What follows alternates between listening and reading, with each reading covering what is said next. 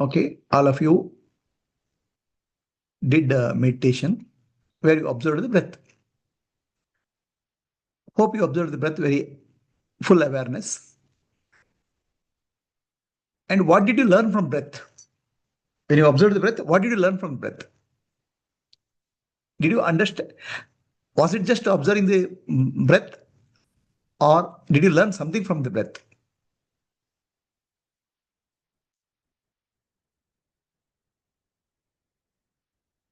As I observed the breath, the body functions settle down to be Body functions settle down minimum. engine idling. Engine idling mode. So as you observe the breath, first thing is breath goes in and out. Okay. Breath is not stable at all. And breath is your life. You think your life is very stable? Without breath, there's no life.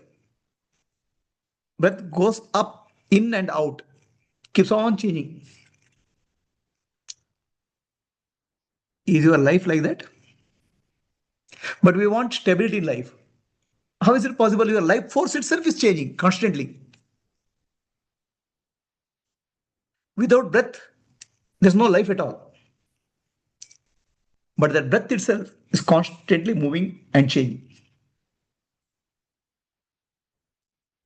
When your fundamental nature of your life force itself is changing, how do you think there is a stability in life? Everything in life is constantly changing. Is that clear to you? So then can you hold the breath for some time? Can you hold? How long? More than 10 seconds, you can't hold. But you want to hold on something in life. If you hold on breath more than 10 seconds, you'll be stressed. In life, you are holding on to, we want to hold on to things. Your nature of your life itself is constantly changing. Your breath you cannot hold, but you want to hold something in life, and that holding causes you stress. Breath sometimes is warm, sometimes it's cold. Sometimes it goes through left nostril, sometimes it goes through right nostril. Right? When your life itself, life forces is changing like that, we want a predictability in life. Something has to be, it has to be, the breath is warm and cold. Our life has to be predictable. Is it possible? And for whom the breath belongs to? Breath is just moving in and out, nature. It does not belong to us, belong to you. When your life itself doesn't belong to you, what are you trying to hold on? What you call your life itself is a natural process, nature's process.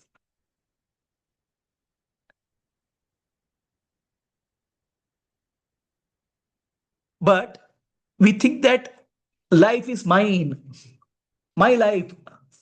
But your life is controlled by nature's process breath in and out. What is your life? Whose life is that? If you observe the breath, what happens to you? Is there a change what is noticed within you? What happens to you when you observe the breath? What happens to the mind? Mind calms down when you observe the breath. Right? But if you are not aware of the breath, mind gets agitated. So if you are aware of your life, you are free from the life, you are observer, aware, then thoughts will not bother you. The thoughts are bothering you because you become unaware of life, unaware of breath. And lastly, the breath is always in the present moment. Thoughts are about past and future. So because you are not aware of the present moment, the past and future bothers you. You are missing what is life at this moment. That's why past and future bothers you. Then you live in an unimagined life, unreal life. So what did you learn from breath? Did you learn anything from breath? Or it's just Prabhuji told to observe the breath, I'm observing the breath. Is that what you did? Did you understand the unstable nature of life, unstable nature of breath? And everything in life is unstable only. And breath doesn't guarantee that once you go out, he'll come back, he'll not guarantee you. But we want guarantee in life. So, breath observation is becoming aware of the nature of breath. Nature of breath is nature of your life.